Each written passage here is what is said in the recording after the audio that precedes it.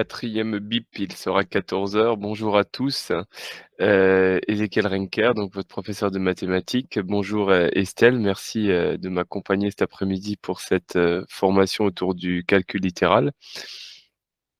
Alors, n'hésitez surtout pas à m'interrompre via le chat. Je suis bien sûr, là pour répondre à vos questions et s'il faut faire une pause dans mon déroulé, on prendra le temps de répondre à vos différentes questions et j'espère bien que vous allez bien participer, puisque j'ai prévu, tout ça à l'intérieur de ma séquence. Alors, aujourd'hui, on va travailler autour du calcul littéral et on va essayer de faire quelque chose d'assez progressif en sachant que j'ai positionné ce cours, de niveau quatrième, début de quatrième, pour que, ce soit des révisions, et un retour aux bases pour les élèves de troisième et de quatrième et que l'on puisse, reprendre ensemble, ce qui est attendu, en fin de collège, par rapport au calcul littéral. Ce qu'on doit absolument savoir avant d'attaquer peut-être les choses un petit peu plus techniques, que vous pourrez peut-être voir en milieu de quatrième et en troisième. Alors, tout d'abord, mais si tu es un troisième, je pense que tu es au bon endroit. Ce qu'on va proposer aujourd'hui, je pense que ça te concerne pleinement. Et donc, ceux qui seraient peut-être en cinquième, ça devrait, des fois être peut-être un petit peu compliqué, mais pas impossible. Donc, bienvenue à tous. Alors, première petite question que je vous pose, si je vous demande de calculer sans calculatrice 18 fois 12, comment est-ce que vous procédez? Donc j'aimerais bien avoir, via le chat, vos retours. Comment vous procédez pour, calculer 18 fois 12? Pendant que vous écrivez et que vous réfléchissez, n'hésitez pas à prendre un papier et un crayon. Bien bonjour à Alexis, que je reconnais, qui était déjà présent mercredi dernier. Alors Alexis, ton 216, je ne vois pas d'où il sort, hein. J'ai du mal à comprendre. 8 fois 2, 16 et 1 fois 2, 2. Avec un 16 et un 2, on pose le calcul. Alors non, j'aimerais éviter de poser le calcul, mais vraiment, vous voyez, j'avais noté en titre du calcul astucieux au calcul littéral. Quel pourrait être le calcul astucieux qui permettrait de calculer 18 fois 12? Donc, en fait, je vais m'appuyer sur la calculatrice pour écrire les calculs, mais pas pour les faire. 18 fois 12, en fait, on pourrait imaginer que 12, j'imagine que dans votre tête, pour calculer 18 fois 12, vous avez vu 12 comme 10 plus 2 et donc vous avez calculé 18 fois 10 et séparément, vous avez calculé, 18 fois 2. Alors pas 180 fois 2, je pense que c'est une faute de frappe, mais effectivement, Maewyn, 18 fois 10 plus 18 fois 2, ça nous donne, bien le résultat de 18 fois 12. Donc, c'est le résultat du calcul, 18 fois 10 plus 2. Hem, on aurait pu le voir autrement également, et peut-être, voir ce calcul comme, 12 fois 18. Alors, si je vous avais fait calculer 12 fois 18, comment est-ce que vous auriez, procédé? De la même façon peut-être? 12 fois 18 ou 18 fois 2, on est bien d'accord que, ça donnera le même résultat. Mais si je vous l'avais écrit 12 fois 18, vous auriez peut-être décomposé le calcul différemment. Alors Alexis aurait fait pareil, d'accord. Est-ce que quelqu'un aurait fait autre chose? Donc là, on aurait fait 10 fois 18 plus 2 fois 18, OK. Est-ce qu'on aurait pu écrire ça sous la forme de 2 fois quelque chose? Pardon, 12 fois quelque chose. 18, c'est 20 moins 2. Donc on aurait très bien pu écrire que 12 fois 18, c'est 12 fois 20 moins 12 fois 2. D'accord?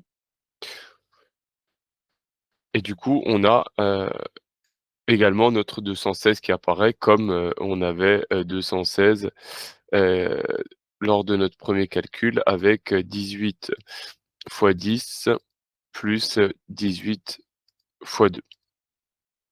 On vérifie quand même, hein, mais voilà, on est rassuré. La calculatrice nous donne bien le même résultat. OK, alors on continue avec nos petites, heu, questions de base. Hem Donc j'aimerais que vous me traduisiez l'expression suivante: «La somme de 2 entiers consécutifs». Alors comment est-ce qu'on pourrait, écrire mathématiquement cette phrase ou traduire cette phrase par une expression littérale? La somme de 2 entiers consécutifs. Peut-être votre professeur vous a déjà parlé des fois d'entiers consécutifs? Si vous savez pas ce que c'est consécutif, ça veut dire qui se suivent l'un après l'autre, le nombre et son suivant. Pour ça qu'on parle d'entiers. Parce que pour passer d'un entier à l'autre, qu'est-ce qu'il suffit de faire? 5, c'est un entier, son suivant, c'est 6. Donc 5 et 6, on dira que ce sont 2 entiers consécutifs. Ouais. Donc comment est-ce qu'on va traduire la somme de 2 entiers consécutifs? Comment est-ce qu'on pourrait écrire ça en mathématiques? Alors si je parle de la somme de 2 entiers consécutifs avec comme exemple, comme entier de base 5, on écrira 5 plus 6. Ouais, très bien. Mais si maintenant je veux écrire ça avec une expression littérale, c'est-à-dire, sans donner, de valeur, simplement en donnant une expression mathématique avec des expressions une expression littérale, c'est-à-dire avec des valeurs dont on ne connaît pas, la valeur. Un point d'interrogation, oui. En maths, souvent, on a l'habitude de remplacer, les nombres qu'on connaît pas par des lettres, donc comme X ou A ou B ou T. Alors, si X, c'est un entier, heu, quel est son entier suivant? Si X, c'est l'entier qu'on a choisi, comme 5 par exemple, quel sera son entier suivant? Ah, ça sera pas Y, non? Non. Si X, c'est l'entier de départ, le suivant, ça va être X plus 1, très bien Noémie. Effectivement, si vous prenez un nombre X au hasard, son suivant, ça va être X plus 1. Et donc, si je veux écrire la somme de 2 entiers consécutifs, non pas 5x plus 6x, non. Comme dit, on ne sait pas ce qui est stocké dans la valeur X, mais si je voulais écrire la somme de X et de son suivant, j'écrirais X plus 1, exactement. X plus 1, c'est ce qu'on appelle la somme de 2 entiers consécutifs. Alors, x plus 1, on peut aussi l'écrire 1x plus 1x plus 1 et 1x plus 1x, ça fait OK, non. 1x plus 1x, ça fait 2x et donc x plus 1, ça s'écrira 2x plus 1.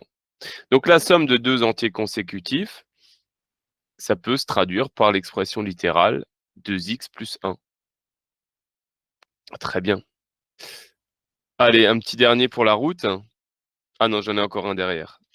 Alors, calculer l'aire du rectangle de longueur grand L et de largeur petit l. Quelle va être l'expression littérale de l'aire du rectangle? De longueur grand L et de largeur petit l. Exactement. Grand L fois petit l. Ou même grand L point petit l. Puisque, en maths, quand on met rien ou quand on met un point, c'est qu'on a affaire à la multiplication. Donc L fois L, petit l fois grand L, c'est ce qu'on appelle l'expression littérale de l'aire du rectangle de longueur L et de largeur petit l.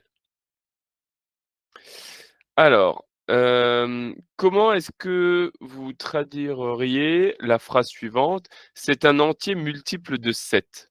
Un nombre quelconque, petit a par exemple, dire que petit a est un multiple de 7. Comment est-ce que vous l'écririez? Alors, il n'y a pas de fois 2 puisqu'il y a 4 côtés, je n'ai pas compris. Ah non, Maël, l'aire d'un rectangle, donc l'aire d'un rectangle, c'est la surface, pour recouvrir de peinture, par exemple, ton rectangle. La surface, elle est donnée par la formule longueur fois multipliée par largeur. Donc grand L multiplié par petit l, ça sera la surface du rectangle, ce qu'on appelle l'aire du rectangle. Ce à quoi toi tu fais référence, il y a 4 côtés, il faudrait multiplier par 2. C'est, quand tu calcules le périmètre du rectangle, c'est-à-dire la longueur du contour. La longueur du contour, Maël, ça sera grand L plus petit l, le tout fois 2. Donc, il faudrait l'écrire, 2 facteur de grand L plus petit l ou alors l'écrire 2 grand L plus 2 petit l. Donc ça serait pour le périmètre, c'est-à-dire la longueur du contour. Donc si tu imagines que ton rectangle, c'est un enclos pour, tes chèvres, ben, la longueur de la clôture que tu vas mettre autour de ton enclos, ça sera, 2 grand L plus 2 petit l pour, la longueur de la clôture. Par contre, si on parle de la surface d'herbe qui est à l'intérieur de ton rectangle, la surface d'herbe que tes chèvres vont pouvoir manger, ben, ça va être grand L multiplié par petit l. Dans Quand on parle de surface ou d'aire, on parlera, de centimètres carrés ou de mètres carrés, donc en tout cas d'unités de longueur au carré et si tu parles du périmètre, donc du contour, tu parleras d'une certaine longueur de clôture, donc en mètres, ou en centimètres. D'accord? Alors, Noémie me problème propose A fois 7. En effet, un nombre qui est un qui est un multiple de 7, pourra s'écrire sous la forme quelque chose fois 7. Donc un nombre qui est un multiple de 7 pourra s'écrire A fois 7, par exemple, oui. Donc dire que grand N, est un nombre entier, heu, multiple de 7, ça veut dire que grand N va pouvoir s'écrire A multiplié par 7. Voilà, donc vous voyez que même avant d'aller en quatrième ou en troisième, vous connaissiez déjà des petites choses autour du calcul littéral. Quand vous calculiez, 12 fois 18, vous faisiez déjà, finalement, quelque chose qu'on a, heu, comment dire? Qu'on a théorisé, sous la forme de calcul littéral en cinquième, qui s'appelait la simple distributivité. Et quand vous calculiez l'aire d'un rectangle, vous utilisiez, une formule longueur fois largeur, qui est une expression littérale.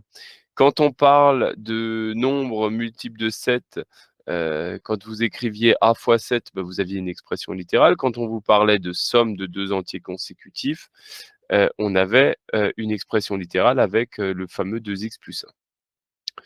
Donc, heu, je vous ai mis, 2-3 petites choses, autour du cours. Heu, c'est, que signifie distribuer 18 à 10 plus 2? Ben, c'est que la multiplication est distributive par rapport à l'addition. C'est-à-dire qu'on va distribuer 18 à 10 et 18 à 2. Donc ça va donner 18 plus 18 fois 2. Et pareil, là, on peut distribuer 12 à 20 moins 2 et donc la multiplication sera distributive par rapport à la soustraction. Donc cette, distribution, c'est ce qu'on appelle le développement, ou la simple distributivité. En cinquième, vous avez pu noter dans vos cahiers de cours certainement cette formule-là: K facteur de A plus B s'écrit K fois A plus K fois B.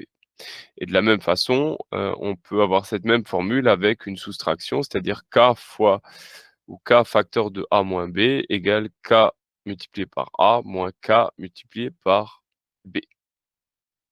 Donc développer une expression littérale comme K facteur de A plus B, c'est simplement transformer un produit, ici on avait un produit, K multiplié par quelque chose, transformer ce produit en une somme. ou une différence. Ici, vous avez une somme de 2 termes. On ajoute k fois a au nombre k fois b. Donc on a transformé une multiplication ici en une addition de 2 nombres. Et de la même façon, on peut transformer un produit, donc cette multiplication, en une différence de 2 termes. Donc quand je reprends mon 12 facteur de pardon, 18 facteur de 12, j'avais écrit ici à la place de k, j'avais mis 18, facteur de 10 à la place du petit a et 2 à la place du petit b, ça va me faire 18 fois petit a qui vaut 10 plus 18 fois 2. C'est ce que vous aviez écrit. Alors, juste pour votre information, en fin de séance aujourd'hui, je vous transmettrai, l'intégralité du cours que j'ai pu écrire pour aujourd'hui et donc ce document, vous pourrez l'imprimer, rajouter les petites choses que vous vous êtes notées et conserver ce document, avec vos cours pour, heu, ben, garder une trace écrite de ce qu'on aura travaillé aujourd'hui. Alors, heu si je prends un exemple de la vie quotidienne, alors c'est pas tout à fait juste, mais presque. Kylian Mbappé marque en moyenne 2 buts par match quand Cristiano Ronaldo en marque 3. Après 12 matchs, combien ont-ils marqué de buts depuis le début de la saison? Bah, s'il y a 12 matchs et que chacun marque 2 buts et l'autre il en marque 3 à chaque match, ben, on va faire le calcul 12 facteur de 2 plus 3. Alors ce calcul-là, on pourrait d'abord calculer 2 plus 3 puis c'est prioritaire et calculer 12 fois 5. Ou alors utiliser la distributivité qui dit que 12 facteur de 2 plus 3, ça s'écrit 12 fois 2 plus 12 fois 3. Autrement dit, 24 plus 36, 60. C'est bien égal à 12 fois 5. Donc notre 12 facteur de 2 plus 3 peut se décomposer en 12 fois 2 plus 12 fois 3. 12 fois 2, c'est le nombre de buts que Kylian Mbappé a marqué en 12 matchs. Et 12 fois 3, c'est le nombre que Cristiano Ronaldo a marqué en 12 matchs. Donc 12 fois 3 plus 12 fois 2, ça nous fait bien le total de buts marqués par ces 2 joueurs depuis le début de saison. Donc voilà un exemple concret où, on utilise la distributivité, où on peut utiliser la distributivité et voir que, ça donne bien, le résultat que l'on souhaitait ou qu'on espérait. Donc là, c'était pour, rappeler un petit peu, les bases autour du calcul littéral et là, je vais vous proposer un exercice, un petit peu plus compliqué. Alors, je l'ai testé sur mon fils, ça fonctionne donc vous allez également trouver, j'en suis sûr. Donc 2 élèves, Alice et Bertrand ont chacun une calculatrice, ils affichent le même nombre sur leur calculatrice. Alice multiplie le nombre affiché par 3, puis ajoute 4 au résultat obtenu. Bertrand, lui, multiplie le nombre affiché par 2, puis ajoute 7 au résultat obtenu. Quand ils ont terminé, ils s'aperçoivent que leur calculatrice affiche exactement le même résultat. Quel nombre ont-ils affiché au départ? Donc, je vais vous laisser réfléchir, puis j'attends vos réponses. Alors, j'avais changé les noms des personnages et du coup, je m'étais rendu compte que j'avais pas la bonne version du document. Alors, voilà, donc c'est corrigé et on va regarder ensemble. Alors, vous avez bien compris, 2 personnes, 2 calculatrices, ils affichent le même nombre sur leur calculatrice. Donc, je sais pas, ils prennent un nombre, 7. Heu, Aline multiplie le nombre affiché par 3, elle multiplie par 3, elle ajoute 4, elle obtient 25. Thiago, lui, il a pris 7, il multiplie le nombre affiché par 2, il ajoute 7 et regarde le résultat obtenu, il trouve 21, quand Aline avait trouvé 25. Quand ils ont terminé, ils s'aperçoivent que les 2 leurs calculatrices affichent exactement le même résultat. Quel nombre ont-ils affiché au départ? Bon, bah, clairement, moi, j'ai pas dû prendre les bons nombres parce que, ben, Aline et Thiago, n'ont pas obtenu, le même nombre, au final. Donc quel nombre avait-il au départ? Voilà typiquement un exercice, où on peut tâtonner et trouver la solution, par tâtonnement. Peut-être l'un d'entre vous l'a trouvé. Heu, mais le calcul littéral nous sera d'une grande aide. Alors, ce que je vous propose, c'est aussi l'occasion d'utiliser un petit peu les différents outils de votre calculatrice. Peut-être que vous avez cette calculatrice-là. En tout cas, je vous encourage à l'utiliser. Il y a un outil qui s'appelle Tableur à l'intérieur de votre calculatrice et qui est bien pratique, hein. C'est fonctionne à peu près, de la même façon que le tableur, que vous avez sur votre PC ou votre tablette et du coup, on va pouvoir, simuler des choses. Donc, je vais pren dans cette première colonne, je vais noter, tous les nombres, pour qu'on va vouloir tester, puisqu'ils ont dit: ils affichent un même nombre, sur leur calculatrice. Donc peut-être qu'ils ont commencé avec, je sais pas moi, -8 et je vais afficher tous les nombres entiers, donc je vais à chaque fois rajouter 1. Donc le suivant sera -7, -6 et cetera. Donc pour ça, j'ai un outil, qui s'appelle, remplir formule, le premier et donc dans la cellule, j'étais dans la cellule A2, donc la deuxième, j'aimerais que, on prenne ce qui était dans A1 et qu'on rajoute une unité. Donc ça, c'est la formule. Donc et ça, j'aimerais qu'il me le fasse de la cellule A2 jusqu'à la cellule A20. Donc voilà, il m'a rajouté 1, vous voyez, on voit A1 plus 1. La cellule d'après, c'est A2 plus 1. Donc il prend ce qui est dans la cellule A2, il rajoute 1 et cetera et comme ça, j'ai jusqu'à ma cellule numérotée 20, jusqu'à A20, il aura complété, la colonne avec tous les nombres allant d'une unité en une unité. Et dans la colonne B, je vais mettre, le calcul que fait Aline et dans la colonne C, je vais mettre le calcul que fait Thiago. Donc Aline, qu'est-ce qu'elle fait?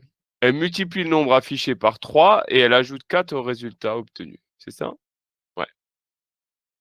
Donc je mets une formule. Donc on va prendre le nombre, qui est dans la cellule A1, c'est mon nombre de départ, on va dire, le nombre qu'elle a choisi, Aline. Elle le multiplie par 3. Donc multiplié par 3 et j'ajoute 4. Oui, Guerlain, on t'écoute. Enfin, on t'écoute, on te lit. Il va falloir que tu écrives ta question puisque je crois bien que vos micros sont tous, coupés pour, le bon fonctionnement de la séance et voilà. Donc, ici, on voit si Aline, elle choisit -6 comme nombre de départ, elle a multiplié -6 par 3 et rajouté 4, elle obtient -14. On peut regarder si on avait pris 4 comme nombre de départ. 4 multiplié par 3, ça fait 12, plus le 4, ça fait 16. Ça fonctionne bien. Quand le nombre de départ est 4, Aline, elle obtient 16. On va faire pareil pour, Thiago. Oui, Guerlain, on t'écoute, hein, vas-y, pose ta question, écris ta question et hem et je tâcherai d'y répondre. Donc pour Thiago, lui, il va prendre le nombre A1. Qu'est-ce qu'il fait Thiago? Thiago, lui, il multiplie le nombre affiché par 2, donc multiplie par 2 et puis il ajoute 7. Bah, ça, on va lui faire jusqu'à la cellule C20 et voilà. Donc dans la colonne B, on voit les résultats obtenus par Aline et pour le même nombre, hein, sur la même ligne, on a le même nombre pour Thiago. Donc quand, Aline choisit -8 comme nombre de départ, ben, elle trouve -20 et Thiago, lui, quand il choisit -8 comme nombre de départ, il trouve -9. Alors, est-ce que dans ce tableau, à un moment donné, Aline et Thiago tombent sur le même nombre? Alors, pour quelle valeur, Aline et Thiago obtiennent le même résultat? Donc, dans la colonne A, ici, on a les nombres choisis par, Thiago et Aline au départ. Donc, par exemple, quand on choisit -3, Aline, elle va trouver comme résultat -5 et Thiago va trouver 1. Et donc, pour quel nombre choisi au départ, on a les mêmes résultats? Quand on a choisi 3 au départ, Aline trouve 13 et Thiago trouve 13. Et oui, 3 fois 3, 9, plus 4, 13. Et quand Thiago, il choisit 3, 3 fois 2, 6, plus 7, 13. Donc effectivement, quand, le nombre de départ est 3, à l'arrivée, Aline et Thiago obtiennent le même résultat. Et on a observé que pour les autres, valeurs, choisies, à chaque fois, Aline et Thiago obtenaient des résultats, différents, semblerait-il. Donc là, j'ai juste essayé pour des nombres compris entre -8 et 11, je crois. Voilà, ben, on aurait pu, faire, sur un autre intervalle, hein, et tester d'autres valeurs, mais comme c'était un jeu assez simple, on pouvait imaginer que ça allait être des nombres entiers relativement, petits. On a testé, on a trouvé, c'est formidable. Alors, pourquoi je vous dis qu'ici, c'est du calcul littéral? Beh, si vous regardez bien, en fait, on a ici toujours une variable, comme une lettre, hein, c'est notre A16. A16, c'est, le fameux numéro mystère, c'était notre, 7 ici, qui est multiplié par 3 et à qui on ajoute 4. Et ici, le A16, c'est ce qui est dans la cellule A16, c'est-à-dire le 7, qui est multiplié par 2 et ajouté 7 pour Thiago. Donc finalement, heu, ici, on lit une expression littérale. Quelque chose fois 3 plus 4 pour Aline et quelque chose fois 2 plus 7 pour Thiago. Et on verra qu'avec ces expressions littérales, heu, ça sera plus simple d'écrire un énoncé, de traduire un énoncé en réfléchissant sous forme de ou en traduisant sous forme d'énoncé, sous forme d'expression littérale, ça permettra d'avoir une vision un petit peu plus claire. Alors, heu, ce que j'ai dit tout à l'heure, c'est donc pour Aline, je reprends l'énoncé, donc c'est 3x ou plutôt x fois 3 plus 4 et pour Thiago, on voulait que ce soit égal à x fois 2 plus 7. Vous voyez? Si on l'écrit sous cette forme-là, le nombre mystère fois 3 plus 4 égale à notre fameux nombre mystère fois 2 plus 7. Le membre de gauche, c'est la façon dont Aline, fait ses calculs et le membre de droite, c'est la façon dont Thiago fait ses calculs. Et semblerait-il qu'ils trouvent le même nombre, donc c'est pour ça que j'ai mis égal, à un moment donné. Alors, effectivement, x fois 3 plus 4, donc le nombre d'Aline, si j'utilise la touche calque et je demande de calculer cette expression quand x égale 3, on va obtenir 13. Et l'expression de Thiago, x fois 2 plus 7, calque, quand x égale 3, bah, ça vaut aussi 13. Donc c'est bien quand x égale 3 que ces 2 expressions sont égales. Si on avait fait ce calcul-là pour x égale 9, Pour Thiago, on trouvait 25 et pour Aline, pardon, x fois 3 plus 4 calque, pour x égale 9, Aline, on trouve 31. Donc quand x égale 9, Aline et Thiago n'obtiennent pas le même résultat. On a vu tout à l'heure que, a priori, le seul nombre pour lequel ça fonctionnait, pour lesquels Aline et Thiago obtenaient le même résultat, c'était quand x égale 3.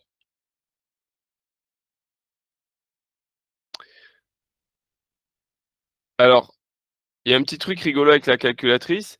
Si on veut affecter 3 à la valeur x, on tape x, calque, et on lui dit calcule-moi x quand x égale 3. Comme ça, on est sûr d'avoir la valeur 3 dans x. Avec la touche recall, on peut aller voir ce qui est stocké dans x. Et là, on voit ce qui est stocké d'ailleurs dans toutes les variables. Donc dans x, c'est bien le nombre 3. OK. Et après, on peut aller utiliser un autre outil dans le menu numéro 6, qui est le menu vérification. Et là, on peut vérifier que x fois 3 plus 4 est bien égal à x fois 2 plus 7. Mais attention, la calculatrice fait la vérification ici avec la valeur stockée dans x, c'est-à-dire avec la valeur 3 qui est stockée dans la variable x. Donc si je fais ça, la calculatrice me dit effectivement x fois 3 plus 4 est égal à x fois 2 plus 7. Mais elle me dit ça parce que x est égal à 3. Si maintenant x, je lui mets la valeur 5 en mémoire, on peut aller voir, on a bien 5 dans la variable. Si maintenant je vais avec le menu vérif calculer x fois 3 plus 4, vérifier si x fois 3 plus 4 est égal à x fois 2 plus 7. La calculatrice va vérifier si ces deux ces deux membres sont égaux quand x égale 5 et elle va répondre que c'est faux puisque quand x égale 5, on l'avait vu tout à l'heure, Aline n'obtenait pas le même résultat que Thiago sur sa calculatrice. Voilà, je ne sais pas si l'écran flou, va disparaître. Ensuite, je vais reprendre avec vous comment j'ai fait pour, aller dans le tableur. Déjà lancer le menu tableur et saisir une formule. Alors le menu tableur, donc il faut cliquer sur la touche menu et c'est le troisième icône. La troisième icône, c'est l'outil tableur. Donc on appuie sur Exe. Là, on tombe sur un grand tableau, avec, plein de colonnes et plein de lignes et on va pouvoir saisir, soit des valeurs, dans chacune des cellules, que l'on souhaite et on peut y saisir des formules. Donc pour saisir une formule, il faut aller sur la ligne, ou sur la cellule, où on veut poser notre formule. Donc par exemple ici, si je veux saisir une formule dans la ligne, dans la cellule A2 et que cette formule, se propage sur toute la colonne, A, on va regarder ensemble. Donc j'utilise l'option, petit 1 remplir formule et là, avec la flèche, je vais saisir ma formule. Donc tout à l'heure, j'avais demandé simplement à ce qu'il prenne le nombre qui est dans la cellule A1 et qu'il lui ajoute une unité. Donc je valide cette formule et sur quelle plage? Je vais aller de la cellule A2 jusqu'à la cellule A20 pour, remplir, toutes, ces cellules-là, de A2 jusqu'à A20 avec ce schéma-là, c'est-à-dire je prends ce qui est dans la cellule précédente et je rajoute 1. Et donc là, on voit que dans chaque cellule, il va prendre ce qui était dans la cellule d'avant et rajouter 1. Donc, j'espère que Maël et Alexis, j'ai répondu à votre question. Moi, ça m'a mis faux. Alors, très bien. Heu, donc, j'imagine que mes résultats étaient bons. Noémie, pourquoi? Alors Noémie t'a proposé, t'a proposé quoi? Je vois pas ta proposition. Alors désolé Noémie, là, je vois pas ta proposition. Quel était ton résultat et pour quelle question? Ne dis-moi. Donc on avait trouvé comme solution, que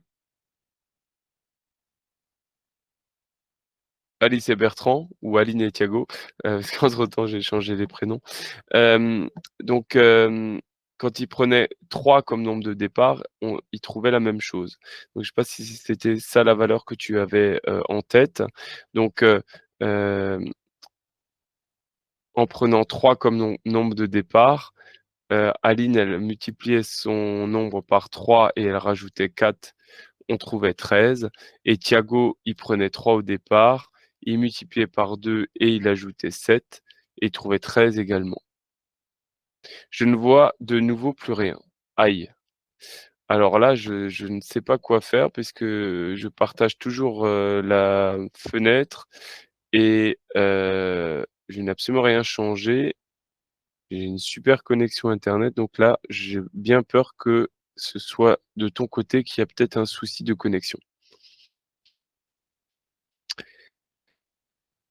Donc si ça va pour tout le monde et qu'il y a pas d'autres questions, je vous propose, un nouvel énoncé.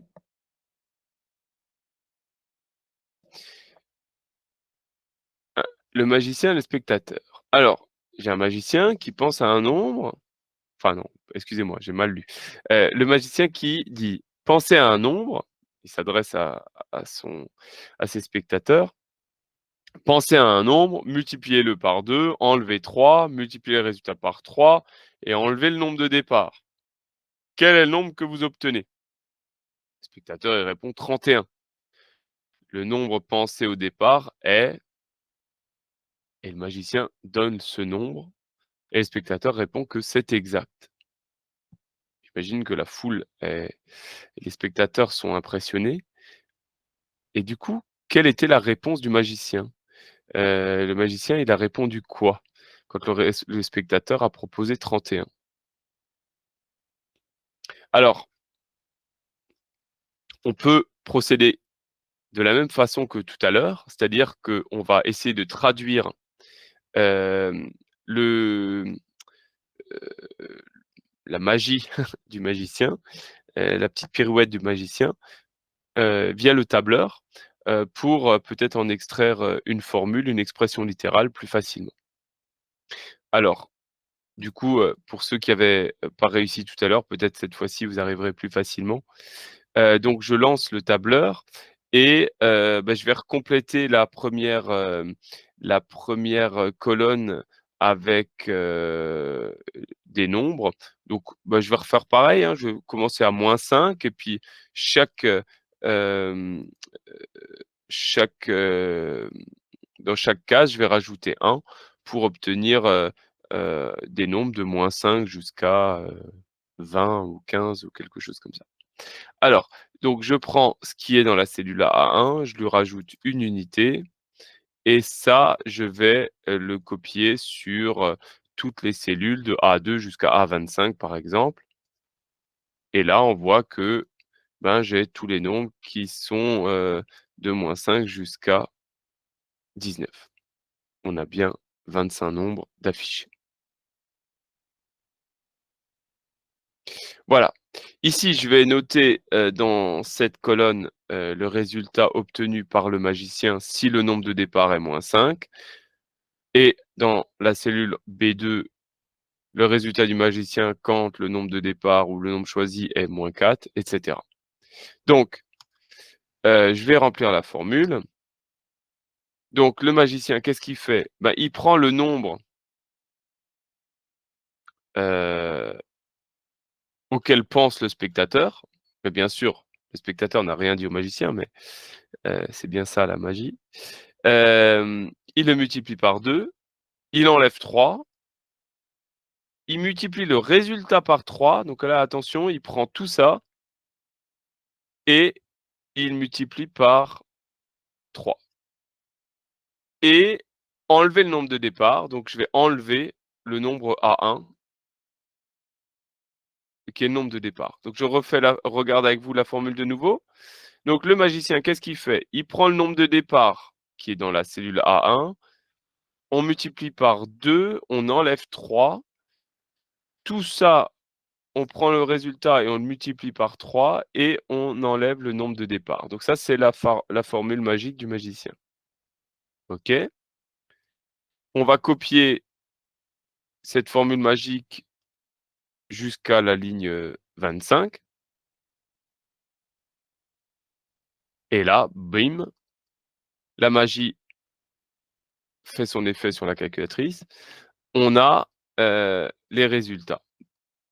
Donc quand le spectateur choisit 2 comme nombre de départ, à l'arrivée, le nombre, à l'arrivée est 1.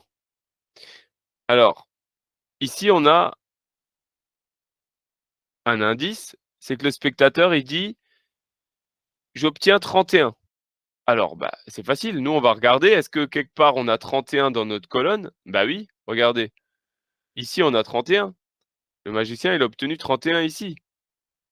C'est donc que le spectateur avait choisi 8 comme nombre de départ. Donc, si le nombre de départ est 8, on obtiendra 31. Et donc, le magicien, comment est-ce qu'il a fait, d'après vous, pour répondre au spectateur? Est-ce qu'il avait sa calculatrice sous la main? On ne sait pas.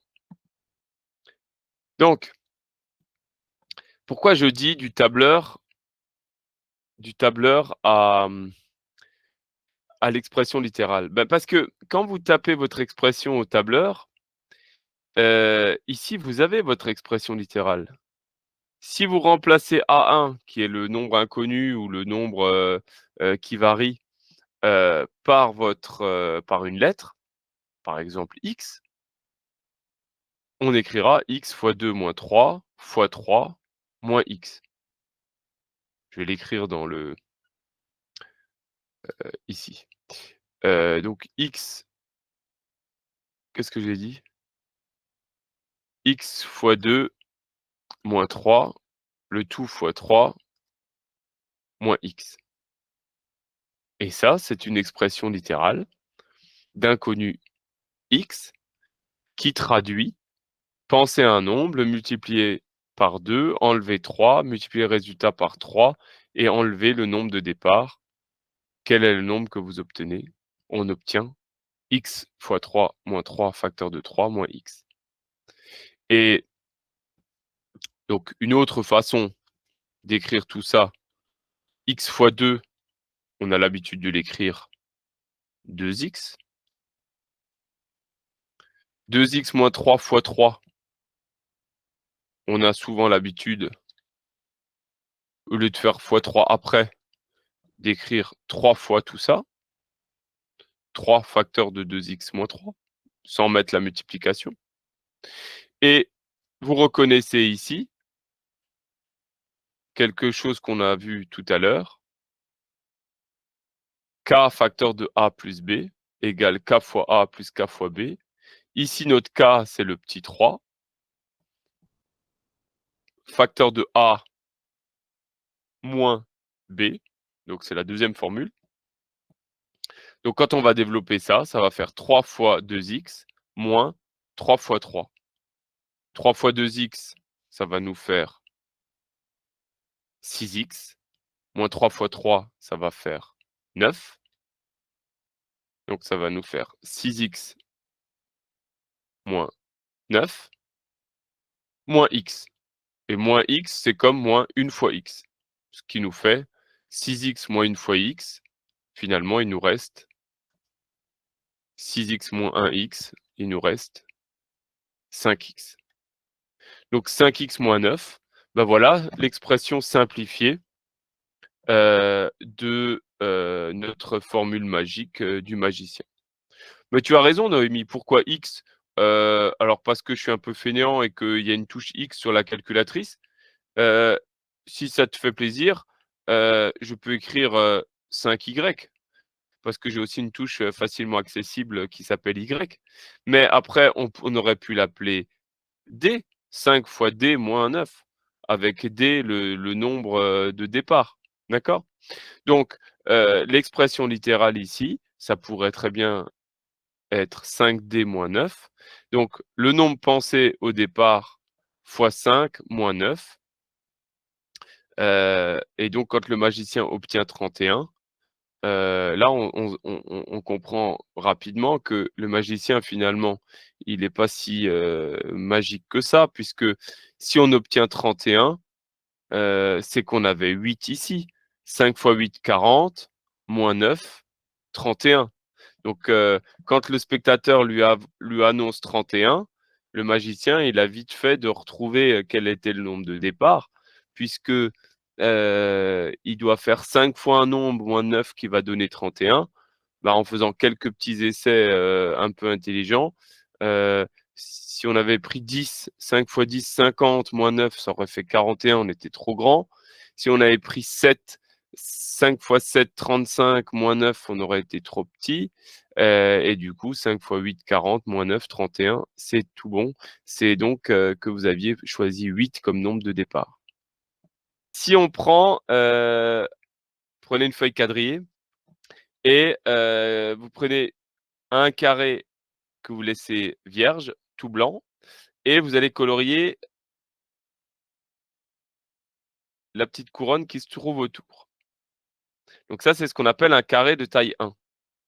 Si on prend un carré de taille 2, c'est-à-dire qu'on va prendre un carré de 2 sur 2 et on va colorier en gris les carrés autour.